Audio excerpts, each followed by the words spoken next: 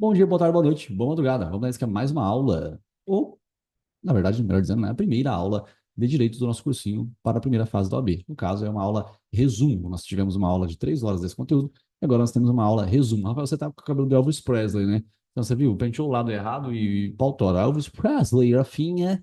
Vamos lá, gente. Conteúdo da aula de ontem, tá? Olha só. Ah, antes de começar, já começando, né? Eu coloquei duas frases no início da aula. Eu disse o seguinte: perguntei, né, e mencionei o fato de que o vício de iniciativa no processo legislativo, ele se convalida com a sanção do chefe do executivo? Foi o que eu disse, foi uma frase. Nós trabalhamos à noite para chegar até a conclusão no final. E a outra frase foi: a súmula vinculante ela vincula todos os órgãos da administração pública direta e indireta, nas esferas federais, estaduais e municipais. Só não vincula a função legiferante. Então, essas duas frases que eu disse aqui agora, elas foram utilizadas ontem. E nós chegamos à conclusão, né? Ao final entendemos o conteúdo delas. E o que você vai ver agora é só o resumo de todo esse conteúdo de 3 horas, tá? Mas começamos aqui, meu dizendo e trazendo para você a baila, né? A lógica do rei. Na verdade, a proteção do rei, né? O Estado que te protege. E aí eu comecei falando sobre feudalismo, as pessoas procurando proteção próximo de alguém, e elas pagam, né? Pagavam as sacas de café. As nossas sacas de café, sacas de arroz, é o tributo. É o tributo, né? O tributo é a receita que o Estado possui. O gênero do tributo é em espécies tributárias, tais como contribuição de melhoria, taxa, impostos, contribuição social e empréstimo compulsório. Essa ordem aqui é importante, tá? Para respeitar essa ordem aqui, nota que eu sempre vou repetir nessa ordem, ó, contribuição de melhoria, taxa, impostos, contribuições sociais e empréstimo compulsório. O tributo é o dinheiro que entra, né, no bolso do Estado, é a receita, e depois ela é dividida, essa receita é dividida no plano plurianual, na lei de diretrizes orçamentárias e na lei orçamentária anual. Divide-se o conteúdo que vai ser aplicado pelo próprio rei, né? No caso, o rei é o nosso Estado hoje em dia, mas todo o poder antigamente ficava na mão de um único homem, que era um Estado absolutista, e isso foi separado. Aí nós tivemos a separação dos três poderes, o executivo, o legislativo e o poder judiciário. É importante que o executivo, pessoal, é bem básico isso aqui, não pode errar essa estrutura lógica aqui de presidente, governador e prefeito. Você tem que saber isso, tem que ser natural para você, assim como no Poder Legislativo, Congresso Nacional, Assembleia Legislativa e Câmara Municipal. As pessoas não dão valor no que eu estou falando aqui agora, depois não conseguem entender direito financeiro, não conseguem entender direito constitucional, administrativo, não sabe por quê. É porque não sabe essa brincadeira, não sabe que senador, deputado federal fica no Congresso Nacional, deputado estadual fica no Estado, deputado distrital no Distrito Federal e vereadores no município. E isso não é trivial, não, pessoal. Na verdade, desculpa, deveria ser trivial. Isso deveria ser elementar, mas não é. Infelizmente, as pessoas não dominam isso ainda. Aqui na brincadeira, eu joguei para você o fato de que o Distrito Federal, ele é um misto entre estados e municípios. Aí, na lógica, os impostos de competência do Distrito Federal são os mesmos do estado e do município.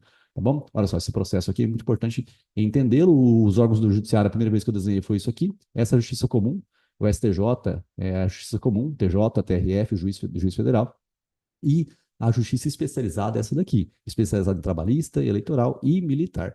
Mais uma vez, mostrando aqui a estrutura para você que você não tem como passar no exame da ordem sem dominar isso aqui. Isso aqui é para sempre, para a vida toda, tá? Bom, aí eu reiterei aqui, né, existe também a União. A União, ela tem o livro máximo dela, que é a Constituição da República Federativa do Brasil, né, a Constituição Federal. O Estado tem as constituições estaduais, o Distrito Federal tem a lei orgânica do Distrito Federal e o município tem a lei orgânica municipal. Isso aqui não é lei, tá, pessoal? É a Constituição do município. Igual no Brasil, nós temos a Constituição Federal e nós também temos o Código Penal, o Código de Processo Civil. No município tem a lei orgânica municipal, que não é o Código Civil, o Código de Processo Civil. A lei orgânica municipal é como se fosse a Constituição do município, tá bom? Aquele momentinho eu estou mostrando essa divisão, né, de executivo, legislativo e judiciário, e eu trazia para você a baila algumas menções, né? Por exemplo, a Câmara Municipal, ela pode, por meio da sua mesa legislativa, criar um critério e que toda nomeação de secretário feita pelo prefeito passe pelo seu referendo? Olha só que coisa interessante, né? Essas frases, essa expressão que eu disse que agora talvez você não domine, mas tem que dominar. E eu vou repetir a mesma coisa, só que mudando o ente federativo. É possível que a maioria dentro da Assembleia Legislativa do Estado de São Paulo crie um projeto de lei, crie uma lei estabelecendo que qualquer tipo de nomeação de secretários realizado pelo governador do estado passe pelo crivo, pelo referendo da Assembleia Legislativa respectiva? Isso eu vou brincando. É possível que um senador da República proponha uma lei para que a nomeação do ministro de Estado praticada pelo chefe do Executivo, no caso do presidente da República, seja aprovado por meio de maioria absoluta dentro do Congresso Nacional?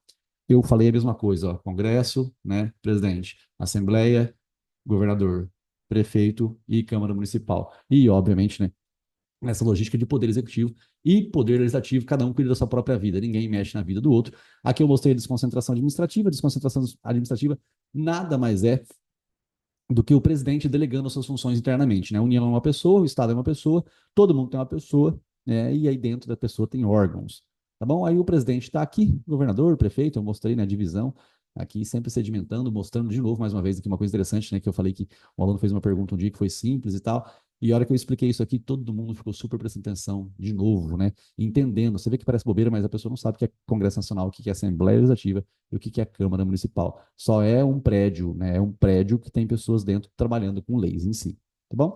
Bom, gente, depois eu mostrei aqui para você, né, o processo legislativo mais uma vez, só para comentar e inserir a informação de que a iniciativa de um projeto de lei referente à remuneração de servidores públicos é do presidente da República, do governador e do prefeito, do Poder Executivo, certo? Essa é a iniciativa, correto? Bom, continuando aqui nessa lógica do processo legislativo, deixa eu fazer um negocinho aqui, porque agora parece que estão me mandando mensagem, cara. Deixa eu ver.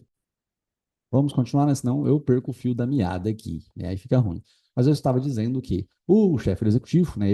Imagina que você seja um executivo de uma empresa, ele administra a empresa. E administrando a empresa, ele sabe qual que é o setor da empresa que precisa de mais dinheiro e de menos dinheiro. Tá? Então, ele que tem iniciativa para tratar da remuneração dos servidores públicos. Tá? E também é o chefe executivo que tem a lógica, né, para fazer o projeto de lei do plano plurianual, lei de diretrizes orçamentárias e a lei orçamentária anual. Isso aqui é de competência do Poder Executivo, tá? Poder Executivo é presidente, governador e prefeito, certo? Aqui eu estava mostrando um processo legislativo, passa pela sanção veto do chefe do Executivo. Os projetos de lei costumam começar na Câmara dos Deputados, vão para o Senado, volta para a Câmara se houver alterações substanciais e vai para o presidente da República. Esse processo legislativo aqui nessa aulinha de revisão, agora eu não vou dar tanto enfoque, não, porque não é o processo, né, importante para resolver as duas frases do início dessa aula. Mas nota que aqui tem 3 setinhas, aqui só tem 2 setinhas, né? Por que será que tem isso, né? Se você não se recorda, dá um jeito de perguntar aí para mim. Bom, aqui é o processo legislativo também com algumas setinhas, né? Você vem para cá, para lá, para cá, para lá, e a lógica, o vício de iniciativa não se convalida com a sanção do chefe do executivo, ou seja, o projeto de lei de iniciativa do executivo, no caso, de remuneração de servidores públicos, e o plano plurianual, a lei orçamentária anual, isso aqui tudo, não pode ser iniciado por um senador, por um deputado federal, por um deputado estadual, por um deputado distrital, por um vereador. Por quê? Porque é de competência privativa do chefe do executivo. E mesmo se esse chefe do executivo concordar, não pode. Tá? Eu dei de exemplo sobre a saúde. Né? Imagina que na época da pandemia, alguns senadores se reuniram, fizeram um projeto de lei para elevar o valor da remuneração dos servidores públicos no setor da saúde. E aí, o presidente achou aquilo lindo e maravilhoso e sancionou, concordou com aquele projeto de lei. E aí, essa sanção convalida o vício de iniciativa? Ou seja, essa sanção faz com que aquilo que está errado se torne correto? Não, não faz. O vício de iniciativa, ele não se convalida nem com a sanção do chefe do executivo. Gente, aqui mais uma vez demonstrando o óbvio, né? Congresso Nacional, deputados federais e estaduais e tudo mais. Depois eu coloquei o processo legislativo aqui, mostrei o processo legislativo, mais uma vez, aqui o processo legislativo das emendas constitucionais, né? 2 turnos na Câmara, 2 turnos no Senado, e na força do ordenamento jurídico de Hans Kelsen, no topo você tem a Constituição Federal com as emendas constitucionais, e aqui as leis ordinárias e leis complementares. Nota que pessoal, é uma pirâmide, né? Então tem 3 andares aqui, e você vê que em cima você tem uma coisa, no meio outra coisa, embaixo outra coisa. Então a emenda constitucional tem força de lei ordinária ou de lei complementar, valendo a pata do dragão. A pata do dragão é quando você bate assim, pum, no nariz da pessoa, aí a cartilagem entra no cérebro e mata. E aí, gente, a emenda constitucional tem força de lei ordinária ou lei complementar? Pausa aí a aula, anota a resposta.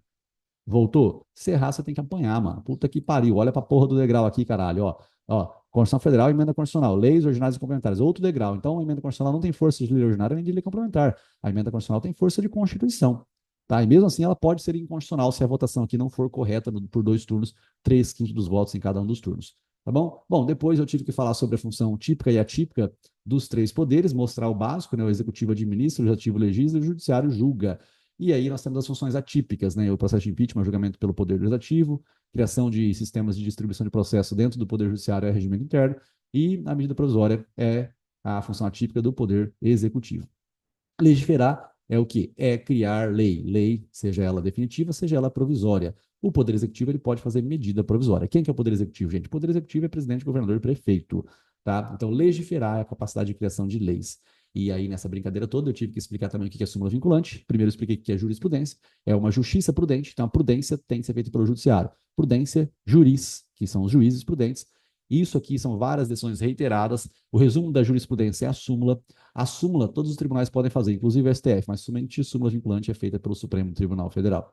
E a súmula vinculante, ela vincula toda a administração pública. E ao longo da aula que eu fui mostrando aqui para você, você sabe o que é administração pública. A União, por exemplo, o que é a União? A União, ela é um negócio que tem poder legislativo, executivo e judiciário dentro dela. Então, ela tem Congresso Nacional, tem presidente, e tem Supremo Tribunal Federal, tem STJ. Nos estados, nós temos os tribunais regionais federais, temos a Assembleia Legislativa, temos a Câmara Legislativa, temos o governador da República, o governador do Estado.